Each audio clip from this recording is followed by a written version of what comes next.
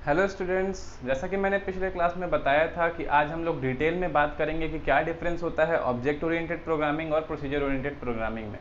तो उससे पहले हम लोग पिछले क्लास का थोड़ा सा रिवीजन करेंगे कि जो ऑब्जेक्ट ओरिएंटेड प्रोग्रामिंग और प्रोसीजर ओरिएंटेड प्रोग्रामिंग के बारे में हम लोगों ने बेसिक चीज़ें जानी थी, वो पहले थोड़ा सा रिवाइज कर लेते हैं। उसके बाद हम लोग आएंगे डिटेल में। तो पिछले क्लास में मैंने बताया हुआ था कि प्रोसीजर ओरिएंटेड प्रोग्रामिंग में क्या होता है, डेटा होता है और उसके साथ कुछ फंक्शंस होते हैं। ठीक है, अब ये जो डेटा है ये एक तरह का ग्लोबल डेटा होता है।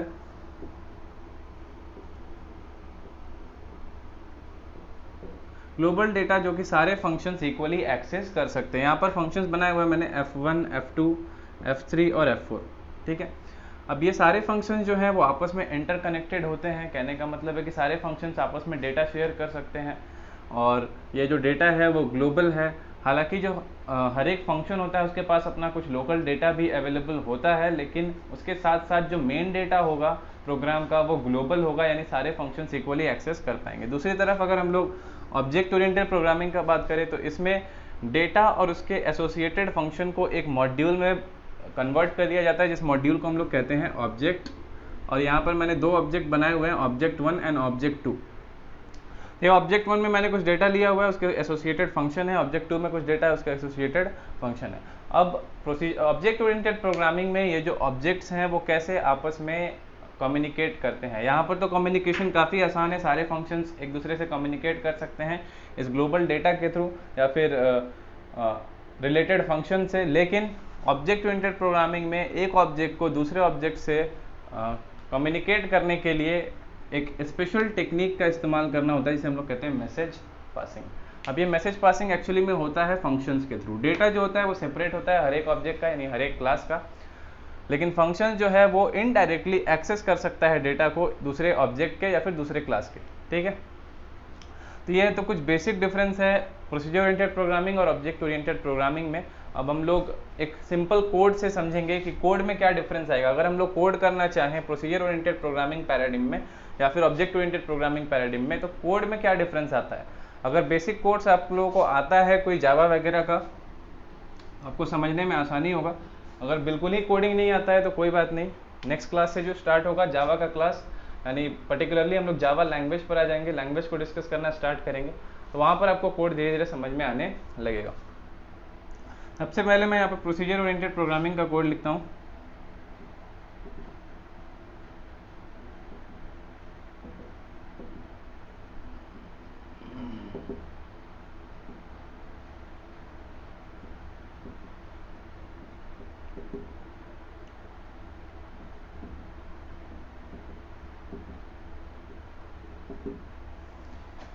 ये मैंने पे 3 वेरिएबल लिया हुआ है, इंग्लिश मार्क्स, मैथमेटिक्स मार्क्स और साइंस मार्क्स। ये मैंने लेट कर लिया 50, 60 और 80, इनिशियलाइज कर दिया। अगर ये प्रोसीजर ओरिएंटेड प्रोग्रामिंग से हम इसका एवरेज कैलकुलेट करना चाहें किसी एक स्टूडेंट का, ये एक स्टूडेंट के 3 सब्जेक्ट के मार्क्स हैं। ये एक स्टूडेंट है, स्टूडेंट 1 हम लोग लेट कर सकते हैं। हालांकि ये स्टूडेंट 1 हम लोग कोड में लिखेंगे नहीं, कोड में इतना ही लिखेंगे। इसके अलावा एवरेज मार्क्स कैलकुलेट करने के लिए हम लोगों को यहाँ पर एक फंक्शन डिफाइन करना होगा। जैसे यहाँ मैं कर देता हूँ फंक्शन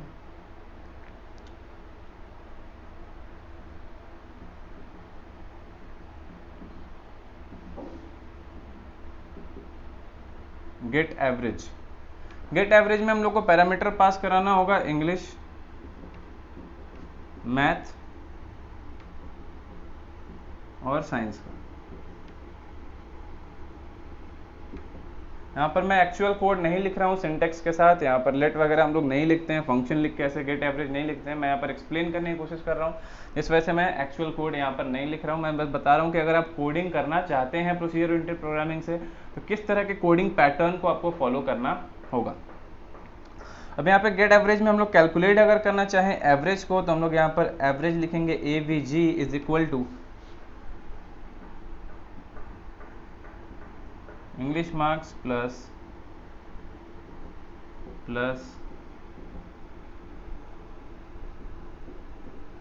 बाई 3। तो ये तो काफ़ी आसान सा कोड हो गया। 3 वेरिएबल इनिशियलाइज करने हैं, उसमें कुछ डेटा डालना है, कोई भी डेटा आप डाल सकते हैं। उसके बाद एक फंक्शन डिफाइन करना है, फंक्शन के अंदर कैलकुलेट करना है। उसके बाद आप चाहें तो रिटर्न कर सकते हैं वैल्यू को, या फिर वहीं पर आप प्रिंट कर सकते हैं। प्रिंट कर सकते हैं आप, तो यहाँ पर आप लिखेंगे फॉर एग्जांपल जो हम लोग सी में इस्तेमाल करते हैं प्रिंटफ फंक्शन, सी लैंग्वेज में प्रिंटफ फंक्शन का इस्तेमाल होता है। तो प्रिंटफ में अगर हम यहाँ लिख दें एवरेज, डायरेक्ट प्रिंट कर देते हैं वेरिएबल कोई ए बी जी, यहाँ पर मैंने प्रिंटफ फंक्शन इस्तेमाल किया हुआ, यहाँ पर मैंने प्रिंट कर दिया एवरेज को, ठीक है। अब अगर यही कोड हम लोग लिखना चाहें ऑब्जेक्ट ओरिएंटेड प्रोग्रामिंग पैराडिग्म को फॉलो करते हुए या फिर किसी ऐसे लैंग्वेज में जो कि ऑब्जेक्ट ओरिएंटेड प्रोग्रामिंग को फॉलो करता हो, तो ये कोड जो है वो थोड़ा सा डिफरेंट हो जाएगा। डिफरेंट कैसे होगा, यहाँ पर हम लोग देख लेते हैं। प्रोसीजर ओरिएंटेड प्रोग्रामिंग में जो हमने कोड लिखा ये ज़्यादा फोकस कर रहा है प्रोसेस पे, जिसको हम लोग एल्गोरिदम कहते हैं किसी प्रोग्राम का। तो ये फोकस करेगा प्रोसेस पे कि एवरेज कैलकुलेट कैसे करना है। लेकिन वहीं अगर हम लोग कन्वर्ट करें इसको ऑब्जेक्ट ओरिएंटेड प्रोग्रामिंग में, तो ऑब्जेक्ट ओरिएंटेड प्रोग्रामिंग में हम लोगों को फोकस करना है कि यहाँ पर डेटा क्या अवेलेबल है, हम लोग कैलकुलेट क्या करना चाहते हैं। हम लोग कैलकुलेट करना चाहते हैं यहाँ पर एवरेज को, वो भी एक स्टूडेंट के। तो सबसे पहले हम लोग को एक क्लास डिफाइन करना होगा, इसका नाम यहाँ पर मैं रख देता हूँ क्लास स्टूडेंट। इसके अंदर हम लोग कुछ देंगे डेटा वैल्यूज, डेटा मेंबर्स जिसको कहते हैं हम लोग। इंट में ले लिया इंग्लिश मार्क्स जो कि हो गया सेम वैल्यू डाल देता हूं मैं यहाँ पे 50, अगेन मैथ्स जो कि हो गया यहाँ पे 60, एंड देन साइंस जो कि हो गया यहाँ पर 80, ठीक है। इसके बाद हम डिफाइन करेंगे एक फंक्शन को मैं फिर से यहाँ पर लिख देता हूँ गेट एवरेज। गेट एवरेज में कोई भी पैरामीटर पास कराने की ज़रूरत नहीं है। यहाँ पर मैं लिख दूंगा get average AVG float average, और AVG इज इक्वल्स टू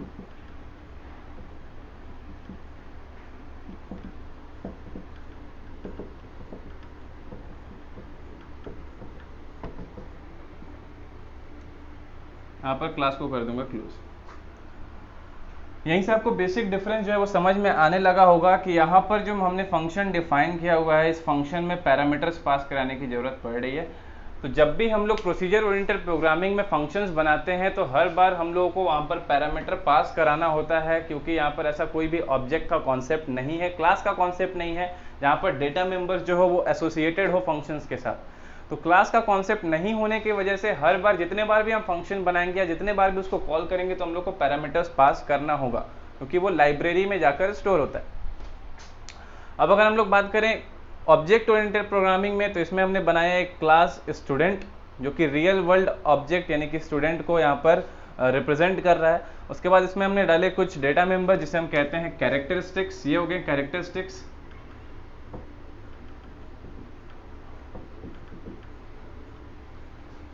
इसके बाद आता है हमारा एक फंक्शन गेट एवरेज। ये होता है हमारा, इस फंक्शन को हम लोग कहते हैं बिहेवियर। तो ऑब्जेक्ट ओरिएंटेड प्रोग्रामिंग में ऑब्जेक्ट क्या होता है, ऑब्जेक्ट एक एंटिटी है जिसके कुछ कैरेक्टरिस्टिक्स होंगे और उसके कुछ बिहेवियर होंगे, ठीक है। तो ये तो हो गया बेसिक सा डिफरेंस ऑब्जेक्ट ओरिएंटेड प्रोग्रामिंग के कोड में और प्रोसीजर ओरिएंटेड प्रोग्रामिंग के कोड में। बस यहीं पर एक छोटा सा डिफरेंस ही आपको दिख रहा है कि यहाँ पर हम लोगों को पैरामीटर पास कराना पड़ रहा है, यहाँ पर कोई पैरामीटर पास नहीं करा रहे हैं। हालांकि अगर हम लोग बात करें कि कौन सा फंक्शन ज़्यादा बेटर होता है रियल वर्ल्ड प्रोग्रामिंग के लिए, तो नॉन पैरामीटराइज फंक्शंस जो होते हैं वो ज़्यादा बेनिफिशियल होते हैं, उनको यूज़ करना या फिर मॉडिफाई करना, कॉल करना ज़्यादा आसान होता है। तो अगर आप प्रोग्राम वगैरह बना रहे हैं तो आप कोशिश ये करें कि जितने भी फंक्शंस आप बनाएं वो नॉन पैरामीटराइज्ड हो। यानी ऑल इन ऑल अगर हम लोग कहें तो हम लोगों को ऑब्जेक्ट ओरिएंटेड प्रोग्रामिंग पैराडिग्म को फॉलो करना पड़ेगा अगर हम लोग बेटर रिजल्ट चाहते हैं। तो प्रोसीजर ओरिएंटेड प्रोग्रामिंग पहले यूज़ होता था, उसके ड्रॉबैक्स को ओवरकम करने के लिए ही ऑब्जेक्ट ओरिएंटेड प्रोग्रामिंग के कॉन्सेप्ट को इंट्रोड्यूस किया गया है। तो यहाँ पर तो एक चीज़ तो क्लियर हो गई है कि ऑब्जेक्ट ओरिएंटेड प्रोग्रामिंग जो है वो ज़्यादा बेटर है किससे, प्रोसीजर ओरिएंटेड प्रोग्रामिंग से। हालांकि ये अभी भी डिपेंड करता है सिनेरियो पर कि आप किस तरह का प्रोग्रामिंग करना चाहते हैं। अगर आपका प्रोग्रामिंग का रिक्वायरमेंट छोटा है, कम है, ड्राइवर वगैरह का प्रोग्रामिंग अगर आप कर रहे हैं तो वहाँ पर अभी भी प्रोसीजर ओरिएंटेड प्रोग्रामिंग का ही यूज़ होता है, वहाँ पर ऑब्जेक्ट्स वगैरह का काम नहीं है। लेकिन अगर आप सॉफ्टवेयर डेवलपमेंट में है, ऐप डेवलपमेंट वगैरह में है, तो वहाँ पर ज़्यादा अच्छा ये होगा कि आप ऑब्जेक्ट ओरिएंटेड प्रोग्रामिंग का इस्तेमाल करें। अब यहाँ बात करते हैं एक स्टूडेंट का एवरेज कैलकुलेट करने के लिए कोड लगभग सिमिलर है, ज़्यादा डिफरेंस नहीं है। आप कह सकते हैं कि मैं तो ये भी इस्तेमाल कर सकता हूँ, जरूरी नहीं कि मैं ये इस्तेमाल करूँ। लेकिन क्या होगा कि अगर मैं कह दूँ कि यहाँ पर आपको 10 स्टूडेंट्स का एवरेज कैलकुलेट करना है, 10 स्टूडेंट्स का अगर एवरेज कैलकुलेट करना हुआ तो प्रोसीजर ओरिएंटेड प्रोग्रामिंग में आपको 10 टाइम्स इस कोड को रिपीट करना होगा। तो यही प्रॉब्लम था सबसे बड़ा प्रोसीजर ओरिएंटेड प्रोग्रामिंग में, कि जब भी प्रोसीजर ओरिएंटेड प्रोग्रामिंग में प्रोग्राम को हम लोग बढ़ाना चाहते थे, एक्सटेंड करना चाहते तो काफ़ी ज़्यादा कॉपी पेस्ट वर्क आ जाता था यहाँ पर, यानी कि कॉपी करना होता था कोड्स को और पेस्ट करना होता था, बार बार वैल्यूज़ को चेंज करना होता था। तो एक काफ़ी मेजर ड्रॉबैक है प्रोसीजर ओरिएंटेड प्रोग्रामिंग का। यहाँ पर अगर 10 स्टूडेंट्स का एवरेज कैलकुलेट करना हो गया तो 10 फंक्शंस डिफाइन करना होगा या फिर 10 बार फंक्शंस को कॉल करना होगा। इस तरह के प्रोसेस जो होगा हमारा लेंदी हो जाएगा। लेकिन यहीं पर अगर हम लोग क्लास स्टूडेंट का बात करें तो एक क्लास हमारा बन चुका है स्टूडेंट। अब हम लोग चाहें तो कितने भी ऑब्जेक्ट्स इसके बना सकते हैं, जो कि हो जाएगा हमारा student 1, student 2, student 3 and so on. इस तरह से 10, 20, 50, 100 कितने भी ऑब्जेक्ट्स हम लोग क्रिएट कर सकते हैं और सबका जो हमारा एवरेज है वो हम लोग अलग अलग कैलकुलेट कर सकते हैं। तो यहाँ पर जो एक्सटेंसिबिलिटी है ऑब्जेक्ट ओरिएंटेड प्रोग्रामिंग में वो काफ़ी ज़्यादा आसान हो जाता है, यानी कोड को एक्सटेंड करना काफ़ी ज़्यादा आसान हो जाता है, प्रोग्राम को एक्सटेंड करना काफ़ी ज़्यादा आसान हो जाता है। वहीं अगर आप प्रोसीजर ओरिएंटेड प्रोग्रामिंग में देखें तो इसमें कोड को एक्सटेंड करना या फिर प्रोग्राम को एक्सटेंड करना थोड़ा सा मुश्किल हो जाता है। अब हम लोग आते हैं कॉलम वाइज डिफरेंस में। कॉलम बाय कॉलम हम लोग समझेंगे या पॉइंट बाय पॉइंट हम लोग समझेंगे कि कौन कौन सा मेजर डिफरेंसेस है प्रोसीजर ओरिएंटेड प्रोग्रामिंग में। वहीं से हम लोग को ड्रॉबैक का भी पता चलेगा कि प्रोसीजर ओरिएंटेड प्रोग्रामिंग में आखिर क्या ड्रॉबैक्स हैं और ऑब्जेक्ट ओरिएंटेड प्रोग्रामिंग को यूज़ करने के क्या बेनिफिट्स हैं।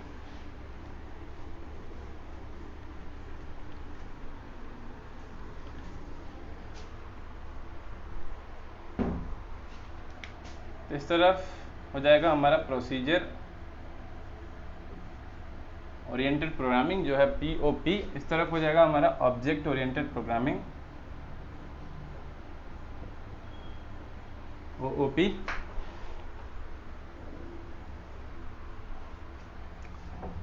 सबसे first difference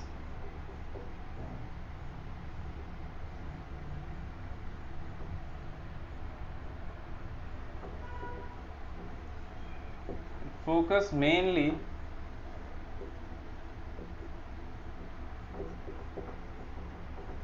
on the process or algorithm. It focus mainly on the process or algorithm. Procedure oriented programming ज़्यादा फोकस करता है प्रोसेस पे, किसी प्रॉब्लम को सॉल्व करने के लिए प्रोसेस क्या होना चाहिए, प्रोसेस या फिर एल्गोरिदम जिसको हम लोग कहते हैं वो क्या होना चाहिए, उस पर फोकस करता है। वहीं अगर हम लोग बात करें ऑब्जेक्ट ओरिएंटेड प्रोग्रामिंग का, तो object oriented programming it focus mainly on the data. ये फोकस करता है डेटा पे, ठीक है। तो किसी सेम प्रॉब्लम को सॉल्व करने के लिए, जैसे अभी हम लोग एवरेज वाला एग्जांपल लिए थे, एवरेज वाले एग्जांपल में जो प्रोसीजर ओरिएंटेड प्रोग्रामिंग पैराडाइम अगर हम लोग फॉलो कर रहे थे तो वो फोकस कर रहा था प्रोसेस पे। वहीं अगर हम लोग ऑब्जेक्ट ओरिएंटेड प्रोग्रामिंग पैराडाइम को फॉलो करें तो वो फोकस कर रहा था डेटा पर, यानी कि हम लोग ऑब्जेक्ट बना रहे थे स्टूडेंट नाम का। अब हम लोग सेकेंड डिफरेंस की बात करते हैं। सेकेंड डिफरेंस है it follows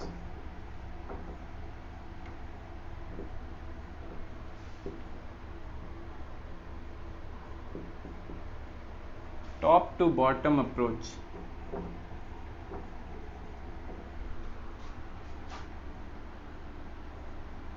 इसका सेकंड हो जाएगा it follows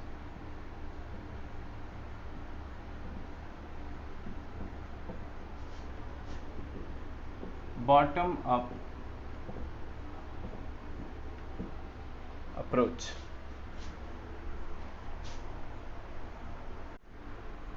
अब यहाँ पर टॉप टू बॉटम अप्रोच या फिर बॉटम टू टॉप या बॉटम टू अप या बॉटम अप अप्रोच का मतलब क्या है कि किसी भी प्रॉब्लम को सॉल्व करने के लिए ये फॉलो करता है टॉप टू डाउन या टॉप टू बॉटम अप्रोच। यानी हम लोग टॉप से चलेंगे और उसके बाद डिवाइड करते जाएंगे उसको मॉड्यूल्स में, एक फंक्शन, उसके अंदर 2 फंक्शन, उसके अंदर 4 फंक्शन, इस तरह से अगर हमारे पास कोई प्रॉब्लम है हम लोग कैसे सॉल्व कर रहे हैं, मेजर प्रॉब्लम या जो बेसिक पार्ट है उसको हम लोग एक फंक्शन से सॉल्व कर सकते हैं f1, उसके बाद इसको डिवाइड कर देंगे f2, f3 and then again इसको हम लोग चाहें तो डिवाइड कर सकते हैं f4 और f5 में। इस तरह से ये क्या करता है, प्रॉब्लम को ब्रेक डाउन करते जाता है और टॉप से बॉटम की तरफ जाता है, ठीक है। वहीं अगर हम लोग देखें ऑब्जेक्ट ओरिएंटेड प्रोग्रामिंग में, तो किसी प्रॉब्लम को सॉल्व करने के लिए हम लोग कोर से स्टार्ट करते हैं, यानी बॉटम से स्टार्ट करते हैं, डेटा क्या अवेलेबल है उसके अराउंड हम लोग प्रोसेस बिल्ड करते हैं, यानी कि फंक्शंस बिल्ड करते हैं, उसके कैरेक्टरिस्टिक्स को आइडेंटिफाई करते हैं, उसके बिहेवियर को आइडेंटिफाई करते हैं, देन हम लोग एज अ होल क्लास बनाते हैं, ठीक है। जब ये सब मैं प्रोग्रामिंग बताना स्टार्ट करूंगा उसमें ज़्यादा क्लियर होगा कि top to down approach actually होता क्या है, बॉटम अप अप्रोच एक्चुअली होता क्या है। इसको बाद में डिस्कस कर लेंगे हम लोग डिटेल में। तीसरे पॉइंट पर आते हैं हम लोग। तीसरा पॉइंट है यहाँ पर third point is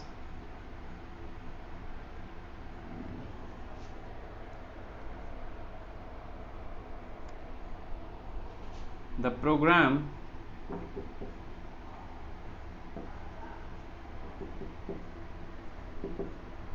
is divided into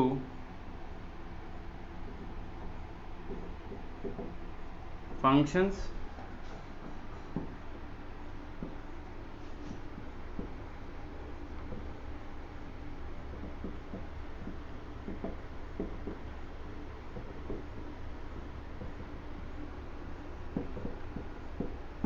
The program is divided into functions, the program is divided into objects। ये अब तक तो समझ में आ ही गया होगा कि इसमें जो प्रोग्राम है उसको हम लोग डिवाइड करते हैं छोटे छोटे पार्ट्स में, जिसको हम लोग फंक्शंस कहते हैं, और ये जो प्रोग्राम है ऑब्जेक्ट ओरिएंटेड प्रोग्रामिंग में इसको हम लोग डिवाइड करते हैं छोटे छोटे मॉड्यूल्स में, जिसको हम लोग ऑब्जेक्ट्स कहते हैं। तो बेटर कौन सा है, बेटर ये होगा कि हम लोग प्रोग्राम को डिवाइड करें ऑब्जेक्ट्स में रादर देन फंक्शंस। फोर्थ पे आ जाते हैं हम लोग।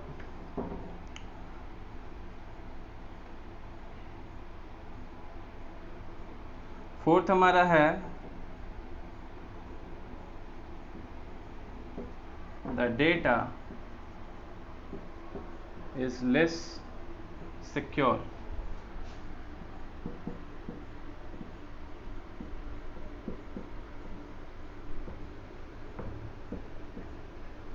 The data is more secure. इसमें कुछ फीचर्स होते हैं ऑब्जेक्ट ओरिएंटेड प्रोग्रामिंग में, कुछ प्रिंसिपल्स हैं जैसे कि डेटा एब्स्ट्रैक्शन, इनकैप्सुलेशन, जिसकी वजह से हमारा जो डेटा होता है वो थोड़ा ज़्यादा सिक्योर होता है एक्सेस स्पेसिफायर्स वगैरह की वजह से। लेकिन प्रोसीजर ओरिएंटेड प्रोग्रामिंग में ऐसा कुछ भी आपको देखने को नहीं मिलेगा। इसकी वजह से आपको जो डेटा होगा वो सिक्योर नहीं होगा बिल्कुल भी, क्योंकि जो डेटा है वो ग्लोबली एक्सेस किया जा सकता है, कोई भी फंक्शन उसे एक्सेस कर सकता है और चेंज कर सकता है, जिसकी वजह से उसका इफेक्ट जो है बाकी सारे फंक्शंस में आसानी से आपको देखने को मिलेगा। अब आते हैं हम लोग फिफ्थ में,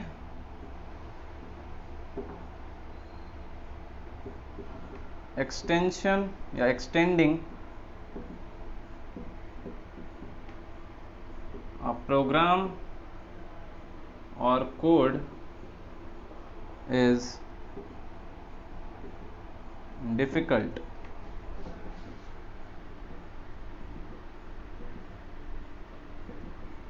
Extending a program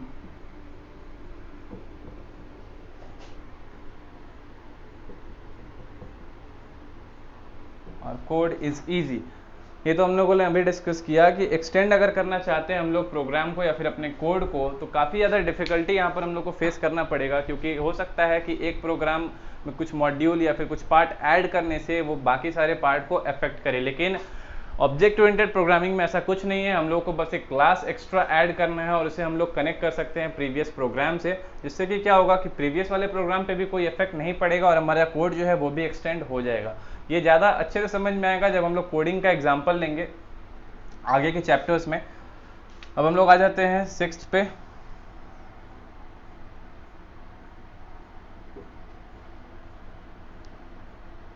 access specifiers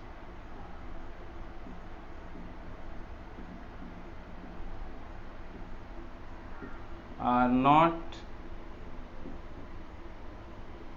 available। Sixth, access specifiers procedure oriented programming में कोई किसी भी तरह का एक्सेस स्पेसिफायर आपको देखने को नहीं मिलेगा, जैसे प्राइवेट, पब्लिक या प्रोटेक्टेड। वहीं अगर हम लोग ऑब्जेक्ट ओरिएंटेड प्रोग्रामिंग की बात करें तो वहाँ पर आपको एक्सेस स्पेसिफायर मिल जाता है 3-4 तरीके का, प्राइवेट, प्रोटेक्टेड, फ्रेंडली या फिर पब्लिक, इस तरह के एक्सेस स्पेसिफायर देखने को मिलेंगे।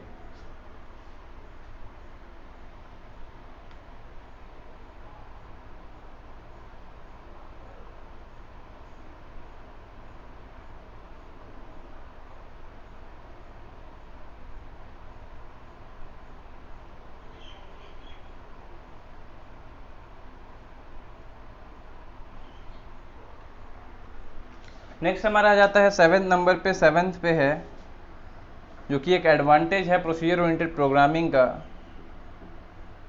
It requires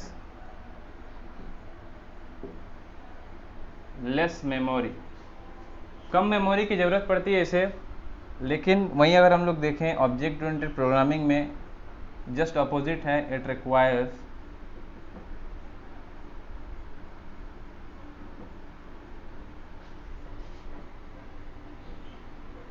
more memory. 8th पे आ जाते हैं हम लोग, ओवरलोडिंग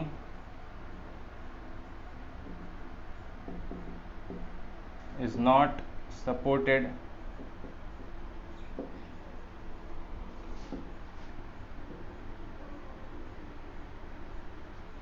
ओवरलोडिंग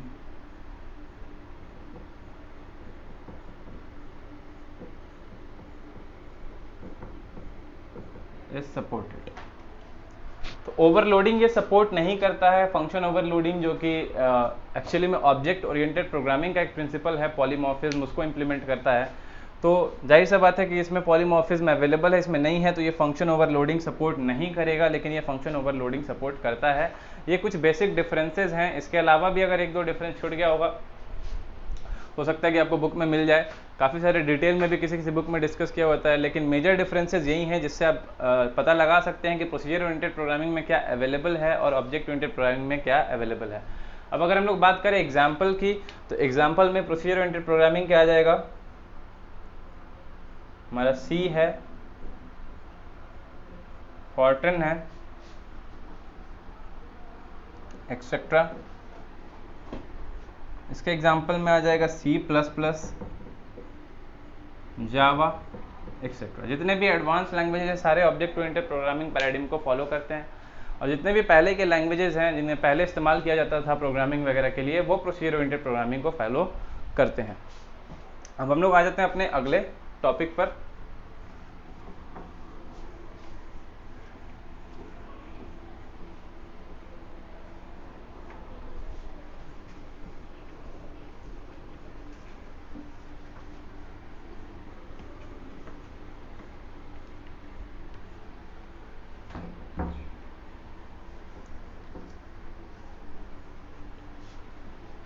नेक्स्ट टॉपिक जो है हमारा वो है principles of object oriented programming.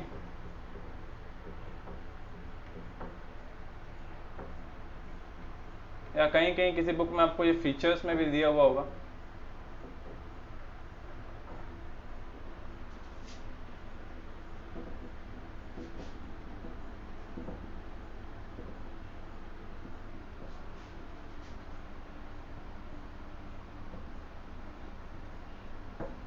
तो 4 बेसिक प्रिंसिपल्स जो इम्प्लीमेंट करता है ऑब्जेक्ट ओरिएंटेड प्रोग्रामिंग, या फिर फीचर्स जिसे आप कह सकते हैं, वो हम लोग यहाँ पर डिस्कस करेंगे। इसमें सबसे पहला आएगा हमारा एनकैप्सुलेशन, उसके बाद आएगा अब्स्ट्रैक्शन, उसके बाद आता है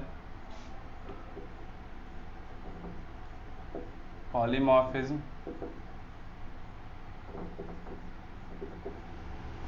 देन चौथा इनहेरिटेंस। ठीक है, तो ये 4 प्रिंसिपल्स हैं या फीचर्स हैं ऑब्जेक्ट ओरिएंटेड प्रोग्रामिंग में, और इसे कैसे इम्प्लीमेंट करते हैं वो भी हम लोग डिस्कस करेंगे। उससे पहले 2 छोटे छोटे टर्म है यहाँ पर, object and then class. Object क्या होता है, क्लास क्या होता है, तो किसी किसी बुक में आपको ऑब्जेक्ट और क्लास का डेफिनेशन पहले मिल जाएगा, उसके बाद आपको ऑब्जेक्ट ओरिएंटेड प्रोग्रामिंग के प्रिंसिपल्स पढ़ना होगा। किसी किसी बुक में पहले प्रिंसिपल्स पढ़ना होता है, उसके बाद हम लोगों को डिस्कस करना होता है कि ऑब्जेक्ट क्या है और क्लास क्या है। तो पहले ऑब्जेक्ट और क्लास का डेफिनेशन समझ लेते हैं ताकि समझने में आसानी हो इन प्रिंसिपल्स को। तो ऑब्जेक्ट क्या है? An object is an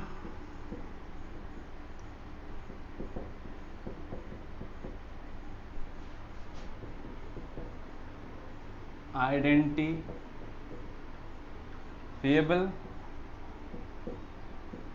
entity which has some characteristics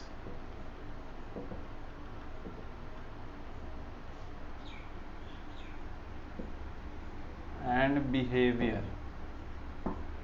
object से आप समझ सकते हैं कि रियल वर्ल्ड ऑब्जेक्ट की तरह ही यहाँ पर ये सिमिलर होता है। रियल वर्ल्ड में जैसे कोई ऑब्जेक्ट हो गया, फैन हो गया, ये मार्कर हो गया, ये व्हाइट बोर्ड हो गया, उसी तरह से हम लोग प्रोग्रामिंग में भी ऑब्जेक्ट बनाते हैं जिसमें कुछ कैरेक्टरिस्टिक्स होगा और बिहेवियर होगा। फॉर एग्जांपल हम लोग ऑब्जेक्ट अगर कार को यहाँ पर कंसिडर करें तो कार ऑब्जेक्ट में कुछ कैरेक्टरिस्टिक्स होता है, जैसे कि उसका ब्रांड नेम हो गया, उसका कलर हो गया, उसका मॉडल नेम हो गया, इस तरह से उसका प्राइस हो गया, ये उसके कुछ कैरेक्टरिस्टिक्स हो गए। ऑब्जेक्ट अगर हम लोग यहाँ पर कंसिडर करें, यहाँ पर लिख देते हैं ऑब्जेक्ट कार है हमारा, तो इसका कैरेक्टरिस्टिक्स क्या हो जाएगा? कैरेक्टरिस्टिक्स इसका हो जाएगा brand, model number, colour and so on. Behaviour,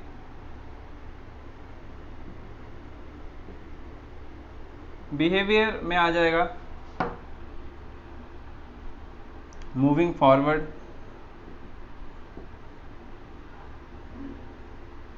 moving backward and turning etcetera. ये सब इसके कुछ बिहेवियर हैं जो ऑब्जेक्ट परफॉर्म करता है, और ये कुछ कैरेक्टरिस्टिक्स हैं जो उस तरह के सारे ऑब्जेक्ट्स में देखने को आपको मिलेंगे। तो ये होता है कुछ ऑब्जेक्ट जो हम लोग ऑब्जेक्ट ओरिएंटेड प्रोग्रामिंग में, ये एक ऑब्जेक्ट का एग्जांपल हो गया जो हम लोग ऑब्जेक्ट ओरिएंटेड प्रोग्रामिंग में इस्तेमाल करने वाले हैं। इसी तरह के सिमिलर रियल वर्ल्ड ऑब्जेक्ट्स को यहाँ पर हम लोग रिप्रेजेंट करेंगे। कोई भी अगर हमारे पास प्रॉब्लम आता है जैसे प्रोग्राम के फॉर्म में हमें सॉल्व करना है, तो सबसे पहले हम लोग उसका एक ऑब्जेक्ट बना लेते हैं और उसे हम लोग मैच कराने की कोशिश करते हैं रियल वर्ल्ड ऑब्जेक्ट के साथ। अब आता है हमारा क्लास। क्लास क्या है? It is a collection of objects having similar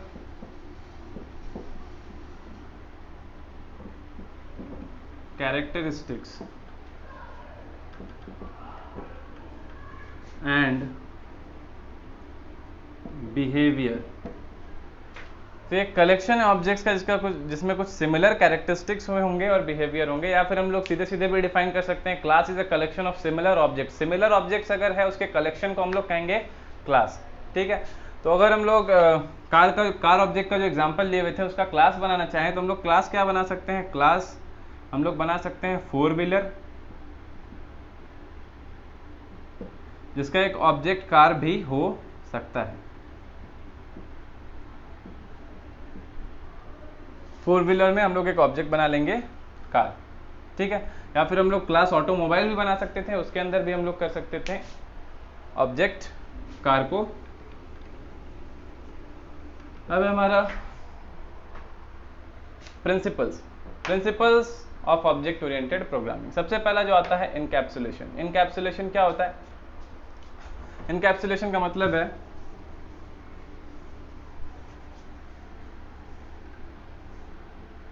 encapsulation का मतलब है जब भी हम लोग किसी ऑब्जेक्ट के कैरेक्टरिस्टिक्स को और उसके बिहेवियर को कंबाइन करके एक सिंगल यूनिट में डालते हैं तो इस प्रोसेस को हम लोग कहते हैं इनकैप्सुलेशन। और ये जो सिंगल यूनिट होता है यही होता है हमारा क्लास। ठीक है, क्लास के अंदर जब हम लोग डालेंगे ऑब्जेक्ट्स के कैरेक्टरिस्टिक्स यानी कि डेटा मेंबर्स जो होता है प्रोग्रामिंग के अंदर, जो रियल वर्ल्ड में कैरेक्टरिस्टिक्स होगा वो प्रोग्रामिंग के अंदर डेटा मेंबर्स होगा, और जो रियल वर्ल्ड में बिहेवियर होगा वो प्रोग्रामिंग के अंदर हमारा मेंबर फंक्शंस होता है। तो वैसे हम लोग डेटा मेंबर्स और मेंबर फंक्शंस को जब कंबाइन करके डालते हैं एक यूनिट में तो उसे ही हम लोग कहते हैं इनकैप्सुलेशन, और वो जो यूनिट होता है वो होता है हमारा क्लास। यहाँ पर इनकैप्सुलेशन का डेफिनेशन क्या हो जाएगा? इनकैप्सुलेशन का डेफिनेशन यहाँ पर लिख देते हैं। इनकैप्सुलेशन हो जाएगा रैपिंग अप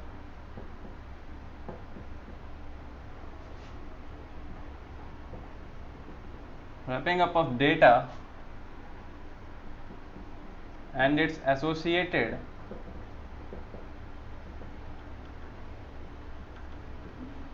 functions together। जब हम लोग किसी डेटा को और उसके एसोसिएटेड फंक्शंस को रैप अप कर देंगे एक सिंगल यूनिट में, उसे हम कहेंगे इनकैप्सुलेशन। और इस इनकैप्सुलेशन को हम लोग इम्प्लीमेंट करते हैं थ्रू क्लास। क्लास जो हम लोग बनाते हैं वहां पर ऑटोमेटिकली हमारा जो इनकैप्सुलेशन है वो इम्प्लीमेंट हो जाता है। अब अगर हम लोग बात करें abstraction, abstraction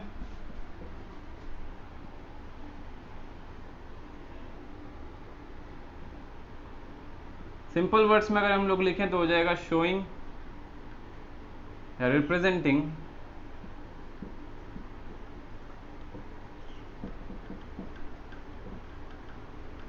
only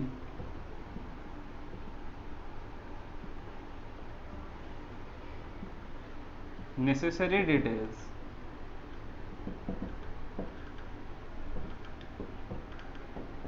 and hiding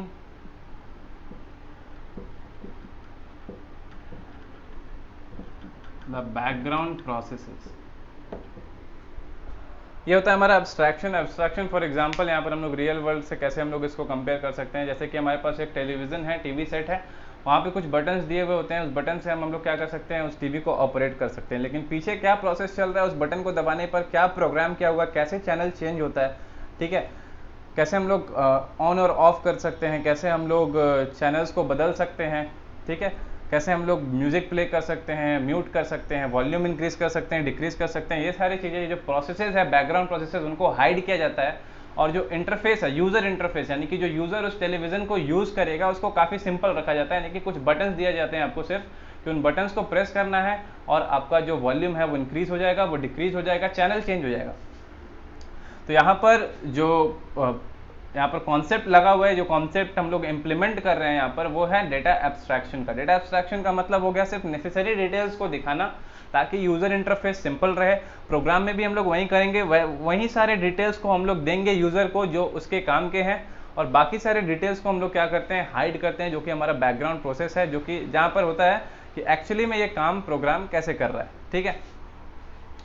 तो यहाँ पर फंक्शंस और डेटा के रूप में अगर हम लोग समझे तो ये हमारा अगर एक क्लास है तो इसमें दो फंक्शंस है, fx, f1x और f2x। ये दो जो हैं ये विजिबल हैं यूज़र को। जो भी यूज़र इस प्रोग्राम को यूज़ करेगा, इस सॉफ्टवेयर को यूज़ करेगा, उन्हें दो फंक्शन दिखाई देगा। इस फंक्शन के थ्रू वो ऑपरेट कर सकता है इंटायर सॉफ्टवेयर को, लेकिन इसके अलावा भी काफ़ी सारे फंक्शंस बैकग्राउंड में चलते रहते हैं और इन फंक्शंस को हम लोग क्या कर देते हैं, हाइड, एक्सेस स्पेसिफायर लगा के। जब हम लोग हाइड करेंगे इन फंक्शंस को तो ये सारे क्या हो गए, बैकग्राउंड प्रोसेस हो गए। और जिन फंक्शंस को हम लोग दिखा रहे हैं वो नेसेसरी डिटेल्स है जिनका ज़रूरत पड़ सकता है यूज़र को उस सॉफ्टवेयर को या फिर उस प्रोग्राम को कंट्रोल करने के लिए। तो यही है हमारा डेटा एब्स्ट्रैक्शन। अब यहाँ पर बेनिफिट क्या है डेटा एब्स्ट्रैक्शन का, एक तो कि जितना भी हमारा डेटा है जो कि इंपॉर्टेंट है वो सिक्योर रहेगा, यूज़र को विजिबल नहीं होगा, ठीक है, वो डेटा सिर्फ हमारे तक ही लिमिटेड रहेगा। दूसरा, अगर आप कोई इंटरनल चेंज करना चाहते हैं इन सारे फंक्शंस में, इस फंक्शन को मॉडिफाई करना चाहते हैं, एक नया फंक्शन ऐड करना चाहते हैं बैकग्राउंड में, या फिर कोई फंक्शन को हटाना चाहते हैं, तो उससे यूज़र इंटरफेस में कोई चेंज नहीं आएगा। यूज़र को नहीं पता चलने वाला है कि बैकग्राउंड में क्या चेंजेस हुआ है, ठीक है। अब हम लोग आ जाते हैं अपने नेक्स्ट टॉपिक पर। नेक्स्ट है हमारा पॉलीमॉर्फिज्म।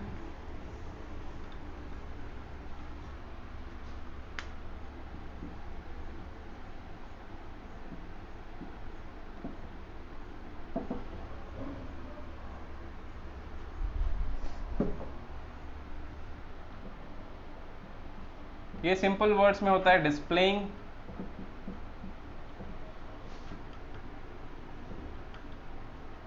अ मैसेज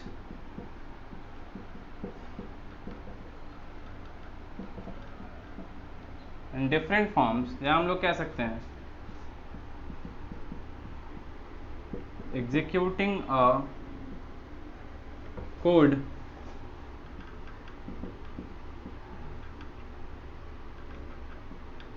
differently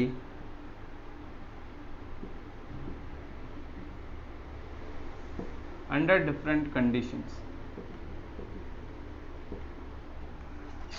ये हमारा पॉलीमॉर्फिज्म। पॉलीमॉर्फिज्म का मतलब हो गया कि किसी एक कोड को ही कैसे हम लोग डिफरेंट डिफरेंट तरीके से यूज कर सकते हैं अलग अलग कंडीशंस में। फॉर एग्जांपल अगर हम लोग एरिया कैलकुलेट करना चाहते हैं, अगर एरिया कैलकुलेट करना चाहते हैं और यहां पर हम लोग 3 फंक्शंस बनाए, स्क्वायर,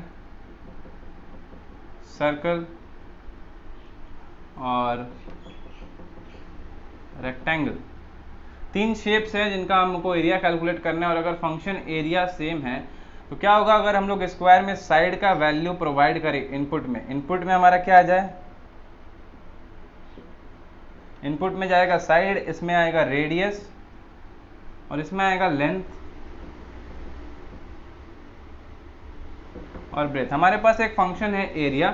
प्रोसीजर ओरिएंटेड प्रोग्रामिंग में क्या होता है कि अगर आपके पास एक फंक्शन है एरिया तो वो एक ही टास्क को परफॉर्म कर सकता है, किसी एक शेप के एरिया को कैलकुलेट करके प्रिंट कर सकता है या फिर रिटर्न कर सकता है। लेकिन यहाँ पर ऑब्जेक्ट ओरिएंटेड प्रोग्रामिंग में एक नया कॉन्सेप्ट इंट्रोड्यूस किया गया है फंक्शन ओवरलोडिंग का। फंक्शन ओवरलोडिंग में ही हम लोग पॉलीमॉर्फिज्म को इम्प्लीमेंट करते हैं। कहने का मतलब कि अगर एरिया कैलकुलेट कर रहे हैं फंक्शन के थ्रू, अगर हम लोग साइड पास करें इसके इनपुट में तो हो सकता है कि ये स्क्वायर का एरिया रिटर्न कर दे, रेडियस पास करें तो सर्कल का रिटर्न कर दे और लेंथ और ब्रेथ पास करें तो ये रेक्टेंगल का रिटर्न कर दे। तो ये एक सिंगल मॉड्यूल जो है, सिंगल कोड जो है वो डिफरेंट डिफरेंट कंडीशंस में डिफरेंटली बिहेव कर रहा है, डिफरेंट आउटपुट जनरेट कर रहा है। इसी को हम लोग कहते हैं पॉलीमॉर्फिज्म। ठीक है, फंक्शन ओवरलोडिंग जब हम लोग पढ़ेंगे तो ये थोड़ा सा ज़्यादा क्लियर होगा कि ये कैसे काम करता है। नेक्स्ट हम लोग आ जाते हैं इनहेरिटेंस पर।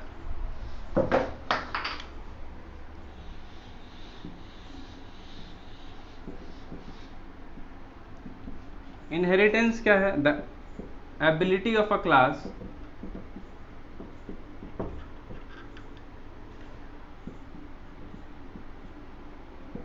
To inherit the properties of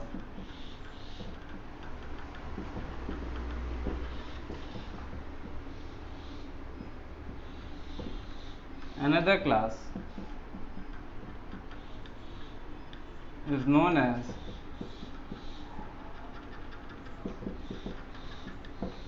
ये इनहेरिटेंस कॉन्सेप्ट तब यूजफुल होता है जब हम लोग अपने कोड को या फिर प्रोग्राम को एक्सटेंड करना चाहते हैं। ये है कि एक्चुअली में किसी भी एक क्लास का एबिलिटी कि वो किसी दूसरे क्लास के प्रॉपर्टीज को इनहेरिट कर ले। कहने का मतलब है कि जब हम लोग प्रोग्राम बनाते हैं तो क्लासेस में कुछ उसका कैरेक्टरिस्टिक्स होता है, कुछ बिहेवियर होता है। अगर हम लोग उसका एक सब क्लास बनाना चाहते हैं या फिर एक और क्लास ऐसा बनाना चाहते हैं जिसमें कुछ नया कैरेक्टरिस्टिक्स और बिहेवियर तो हो लेकिन प्रीवियस वाले का भी कैरेक्टरिस्टिक हम चाहते हैं कि उसमें हो, तो हम लोगों को वापस से कोड लिखने का या फिर कैरेक्टरिस्टिक्स और बिहेवियर डिफाइन करने का ज़रूरत नहीं है जो हम लोग पहले डिफाइन कर चुके हैं। हम लोग सिंपली क्या करेंगे कि जो बेस क्लास है जिसमें पहले से वो कैरेक्टरिस्टिक्स और बिहेवियर डिफाइन किया हुआ है उससे हम लोग इनहेरिट कर लेंगे उसके प्रॉपर्टीज़ को और नए भी उसमें हम लोग चाहें तो ऐड कर सकते हैं। तो यहाँ पर कोड को एक्सटेंड करना काफ़ी ज़्यादा आसान हो जाता है। इनहेरिटेंस थोड़ा सा कॉम्प्लेक्स टॉपिक है लेकिन ज़्यादा नहीं है, सिलेबस का स्कोप ज़्यादा नहीं है, तो हम लोग थोड़ा सा पढ़ेंगे लास्ट चैप्टर्स के दौरान।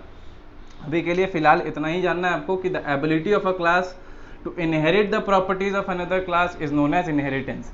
जिस क्लास से हम लोग इनहेरिट करते हैं प्रॉपर्टीज को उसको कहते हैं हम लोग बेस क्लास, और जो क्लास इनहेरिट करता है प्रॉपर्टीज को उसे हम कहते हैं सब क्लास। ठीक है, तो नेक्स्ट जो चैप्टर है ऑब्जेक्ट ओरिएंटेड प्रोग्रामिंग का या फिर principles of object oriented programming, ये चैप्टर तो हो चुका है खत्म। नेक्स्ट चैप्टर में हम लोगों को पढ़ना है कि जावा क्या है, उसका ओरिजिन क्या है, कहाँ से स्टार्ट हुआ, उसके बाद जावा के क्या फीचर्स हैं जो उसे बाकी लैंग्वेजेस से अलग बनाते हैं। उसके अलावा हम लोग ये भी डिस्कस करेंगे कि स्कोप क्या है, 2020 में क्या स्कोप है जावा का, हम लोगों को सीखना चाहिए या नहीं चाहिए, या फिर कोई और लैंग्वेज ज़्यादा बेटर चल रहा है अभी जावा से। ये सारी चीज़ें हम लोग डिस्कस करेंगे नेक्स्ट वीडियो में।